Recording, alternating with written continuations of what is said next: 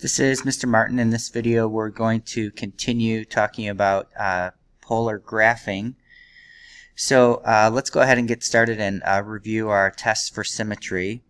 So although there are different types of methods for testing for symmetry, I'm going to give you the ones that I prefer to use. So when we're testing for symmetry with respect to the polar axis, remember that we're going to replace r theta with r negative theta, and again the other methods, if you prefer, you can replace r theta with negative r comma pi minus theta. So I prefer to use these. That way we're just replacing the theta and making sure we get an equivalent statement. And then testing for symmetry with respect to theta equals pi over 2, what we would think of as the y-axis. So we are going to replace r comma theta with r comma pi minus theta. Or you can replace r and theta with negative r and negative theta. So this is my preferred one. And lastly, symmetry with respect to the pole. So this is, we would normally think of this as origin symmetry or 180-degree rotational symmetry. So we're going to replace r comma theta with r comma pi plus theta, or negative r and theta. So preferred method here. So those are our three tests for symmetry, which are going to help us to graph. So we're going to talk about some specific types of polar graphs, and we're going to start with circles in polar form. So the simplest circle in polar form is with the center at the origin. So we have a circle, it's centered at the origin. Let's say this is 3 here, then our equation of this would simply be r equals 3. So when you have r equals some number, it's going to give you a circle at the origin with a radius of 3. Next we have a circle that's symmetric about the polar axis. So let's look at two different cases here. So here's one. This is going through 0, 0 there. And let's say that this value here is 6. The equation of this would be r is equal to 6 cosine theta. Or if it's on the other side of theta equals pi over 2, let's say it's over here. Here's our center, here's our center. Let's say this is negative 6.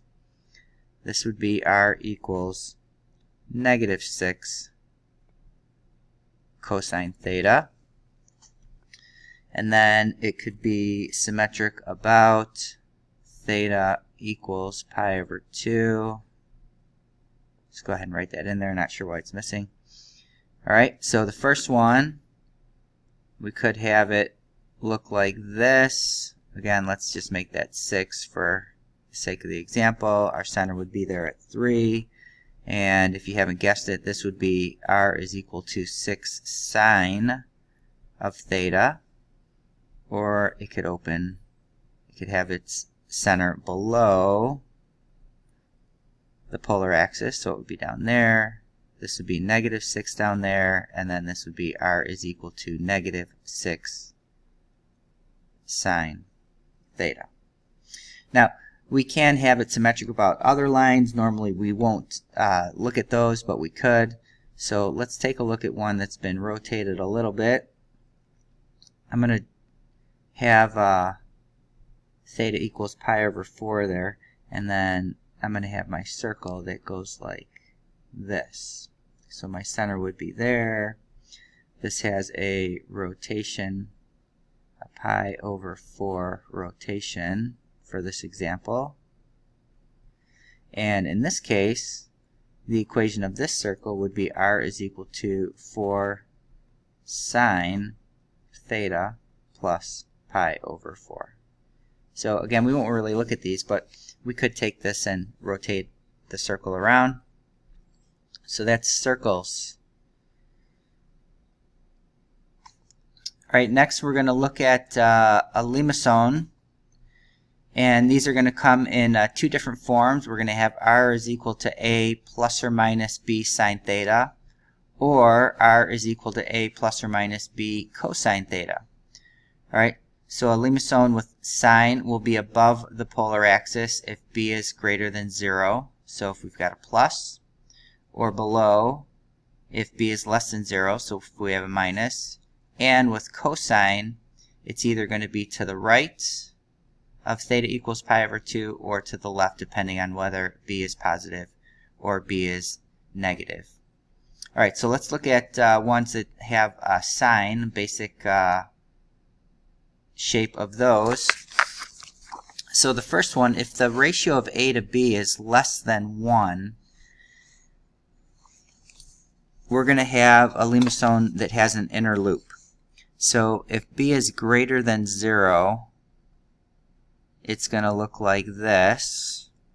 So we're going to have a little loop here, and then it's going to go like that. And if b is less than 0, so we have a minus, then it's going to open, it's going to be down like that. Alright, so that's if the ratio of a to b is less than 1. And then, if a is equal to b, this is a special type of limacone, which we'll call a cardioid. So again, if b is greater than 0, so now instead of a loop, we're going to have like a little pushed in part on a circle, so it's going to look like this. It's not a great picture, but you should get the idea. And then if b is less than 0, it's going to flip over and it's going to look like that. Alright, next, if the ratio of a to b is between 1 and 2, it's going to have a little dimple in it. Okay, so if you notice the cardioid, they intersect at the origin there. With the ratio of a to b between 1 and 2, it won't. So if b is greater than 0, it's going to look something like this. And if b is less than 0, again, we're just going to flip it. So it'll look something like this. And something you may want to do is just kind of experiment with these different equations on Desmos, just to get an idea of what happens with the different values of a and b. Alright, and then the next one, when the ratio of a to b is greater than or equal to 2, we get a limacone that we call convex. So for b greater than 0, it's going to look something like